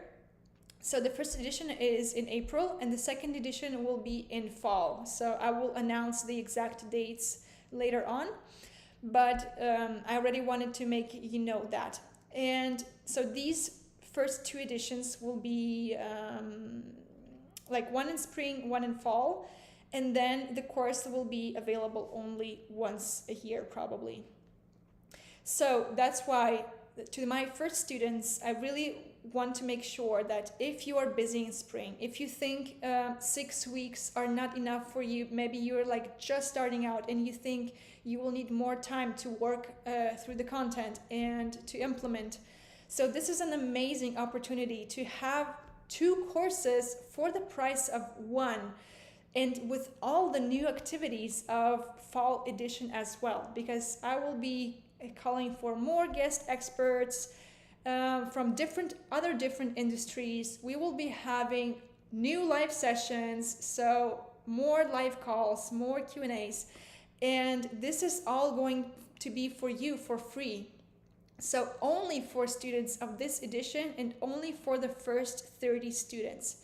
So I urge you, if you want to participate in the course, I mean, I've received messages, people saying like, oh, I will take it next time. You can, but I swear, like, you can take it now and take it next time as well for free. So I'm giving you 2 courses for the price of 1, but only for limited amount of people. And also the access to the course and to my support will be extended if you are one of these lucky 5 people that are subscribing, because your access will be extended to 2 years instead of 1 for all the content of the course. So because you can also rewatch it after the end date. And you will get access to my support, to my feedback. You can reach out to me when you want and I will answer you, I will help you for 1 more year instead of 6 months after the end of the course. So this is my way of giving you this long-term support. So I really, my goal is making you make progress. So I don't want this course to be like a course number 100 that you purchased and that you never watched. So this is not what's going to happen here. So once again, your price today is $449 instead of $649. Oh, some water. Again, this is the link, and it's still in the chat. I've been talking a lot today. So Q&A time. I'm super excited that I delivered you the content. I'm really happy that you enjoyed the 10 income streams. So now please let me know if you have any questions about what we were talking about in the beginning. So income streams, any kind of like questions related to that, or questions related to the course, because if you've been like hesitating or you had a question but you you never reached out to me to ask it, so like please do it now. I will be answering them right now, and like feel free to ask anything in the chat. I will check your comments right now. So Corey is saying Kajabi. Oh no, Kajabi. Yes, exactly. The platform I'm using for the course is Kajabi. So in my opinion, it's the best platform available out there for online courses. I personally used it not only as a course maker, but also as a student. So I did courses that were hosted on Kajabi, and it was a wonderful experience. That's why I chose this platform for my students. I wanted to be a premium experience, and that's what it's going to be. So yes, Kajabi, that's the name of the platform. Jeniki saying, thank you for all the tips. You're welcome. I will put my face, by the way, so you can see me. Sarah J saying, grazie per tutte le informazioni che hai dato. Purtroppo devo andare adesso, grazie. Sarah is telling that she has to go, but she thanks me for all the information. Thank you so much, Sarah, and I'm really glad you enjoyed. Don't hesitate to reach out if you have any questions. Corey is saying, wow, Fiona is gorgeous. I love it. Yes, Fiona is amazing. Just as Rita, just like as other experts, Fiona is, she's a lovely artist. Also Rita, yes, Rita too. Yes, these are amazing artists, and I really admire them. So I'm really proud that they are going to join the course. Really thanks to you. Thank to you, Corey. Corey, about the online stock website, do you know if they protect your content by some copyright agreement or some block about screenshots and so on? So I think on some websites, on most of the stock websites, I think, what you will see on the screen is not of that good quality, and most of the time I believe it's going to be even protected by the watermark. So your designs will appear with this watermark, or I think you can do it yourself as well when you put your designs out there. So, I mean, normally, yes, like people will not be able just to like download it, the good version, like the high quality version for free, and that's it. No, to be able to download the high quality version, you need to purchase the product, so the license. So in this case, yes, you are protected. No one will ever be able to protect you from screenshots, unfortunately. But let's keep it serious. So, like a screenshot is a low quality copy of your work. So, if you want to print something really small, like I don't know, on a small product, a screenshot may be even enough. Even though I think it will still result in a somehow like low quality blurry print. So normally people will not be able to use these screenshots to print them on something big or on something like they will not be able to do something high quality with it. But as I said, you're not protected from the fact that someone in, I don't know, in other countries, like abroad, where will be selling products made using screenshots of the artworks of other people. So unfortunately that exists. This is not something legal. This is not something people should do. This is not good. But unfortunately not all people are that honest. And unfortunately that exists. So nobody ever will be able to protect you from people taking screenshots of your work unless you protect your work with watermarks. So by watermark you can like put your logo, but actually people can remove your logo on Photoshop and still use the screenshot how they want, but you can put this kind of a grid watermark on your artwork, and this way it's going to be more difficult for them to like remove the watermark. They need to spend much more time on it, and very likely they will get discouraged and they will not use your work. But the downside is that it's not very pretty to see artworks watermarked on online, you know. I mean, it's getting a bit difficult to the client as well, you know, to see through the watermark and understand what's going on. So there is this downside. So I just wanted to make you know. Other questions? Not this hard. Okay, good. Thanks. Thank you, Corey. So I think it's a wrap here. It was so long. I really wonder if someone like stayed here from the end till the beginning, but I really hope you enjoyed all of the content, And please don't hesitate to reach out to me if you have any other questions related art or creative business or the course. I will be really happy to help you. Stenia, thank you for all of your great info during this session today. I look forward to seeing you in the course. Good night. Good night, Stenia. I am super glad to see you in the course as well. Thank you so much for your trust, for your support, and I cannot wait to start the course with you. Thank you so much.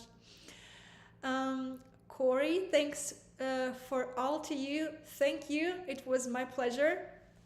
So you will get the replay of this webinar soon, I think even tonight. So if you left before, if you had to leave, you can rewatch it or you can rewatch it again. So thank you again for all. Thank you all for everything. And good night, everybody. Thank you. I will start the streaming if I find the button. So thank you again. Bye-bye.